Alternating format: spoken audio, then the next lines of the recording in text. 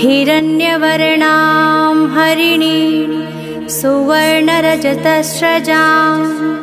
चन्द्रां हिरण्यमयीं लक्ष्मीं जातवेदो म आवह तां मा आवह जातवेदो लक्ष्मीं मनपगामिनीं यस्यां हिरण्यं विन्देयं गामश्वं पुरुषानहम् अश्वपूर्वां रथमध्यां हस्तिनादप्रमोदिनी श्रियं देवीमुपह्वये श्रीर्मा देवी जुष्टां कां सौस्मितां हिरण्यप्राकारां मार्दां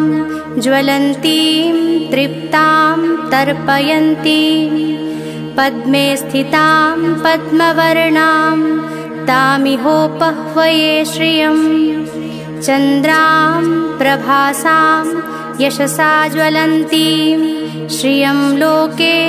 देवजुष्टामुदारां तां पद्मिनीं शरणं प्रपद्ये अलक्ष्मीर्मे नश्यतां त्वां वृणे आदित्यवर्णे तपसोऽधिजातो वनस्पतिस्तव वृक्षोऽथ बिल्वः तस्य फलानि तपसा नुदन्तु या अन्तरायाश्च बाह्या अलक्ष्मीः उपैतु मां देवसखः कीर्तिश्च मणिना सह प्रादुर्भूतोऽस्मि राष्ट्रेऽस्मिन् कीर्तिमृद्धिं ददातु मे क्षुत्पिपासामलां ज्येष्ठामलक्ष्मीं नाश्याम्यहम् अभूतिम् असमृद्धिं च सर्वां निर्णुद्मे गृहात् गन्धद्वारां दुराधर्षां नित्यपुष्टां करीषिणीम् ईश्वरीं सर्वभूतानां तामिहोपह्वये श्रियं मनसः कामाकुतिं वाचः सत्यमशीमहि पशूनां रूपमन्नस्य मयि श्रियः श्रयतां यशः कर्दमेन प्रजाभूता मयि सम्भव कर्दम श्रियं वासय मे कुले मातरं पद्ममालिनीम् आपः सृजन्तु स्निग्धानि चिक्लीतवसमे गृहे निच देवीं मातरं श्रियं वासय मे कुले आर्द्रां पुष्करिणीं पुष्टिं पिङ्गलां पद्ममालिनीं चन्द्रां हिरण्मयीं लक्ष्मीं जातवेदो म आवह आर्द्रां यः करिणीं यष्टिं सुवर्णां हेममालिनीं सूर्यां हिरण्मयीं लक्ष्मीं जातवेदो म आवह तां मा आवह जातवेदो लक्ष्मीं मनपगामिनीं यस्यां हिरण्यं प्रभूतं गावो दास्योश्वान् विन्देयं पुरुषानहं यः शुचिः प्रयतो भूत्वा जुहुयादाज्यमन्वहम् सूक्तं पञ्चदशचं च श्रीकामः सततं जपेत्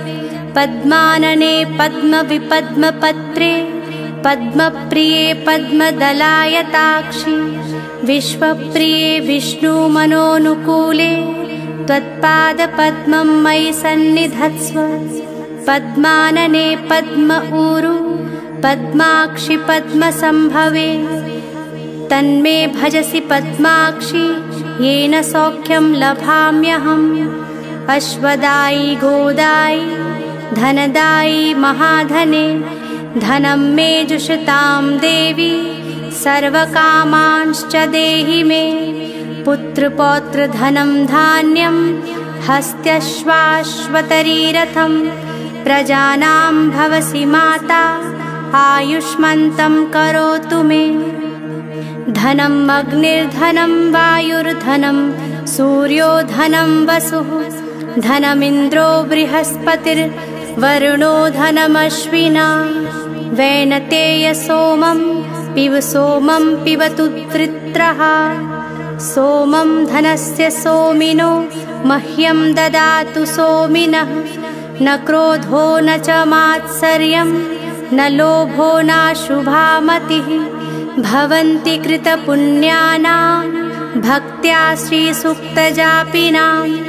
सरसिजनिलये सरोजहस्ते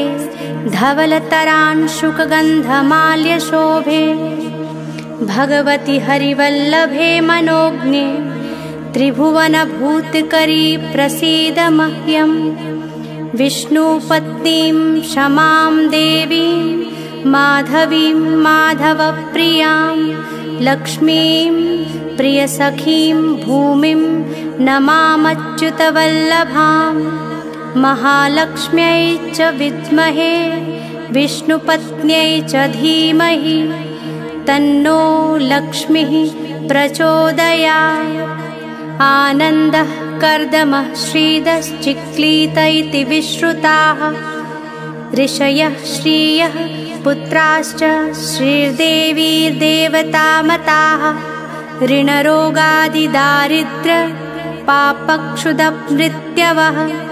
भयशोकमनस्तापा नश्यन्तु मम सर्वदा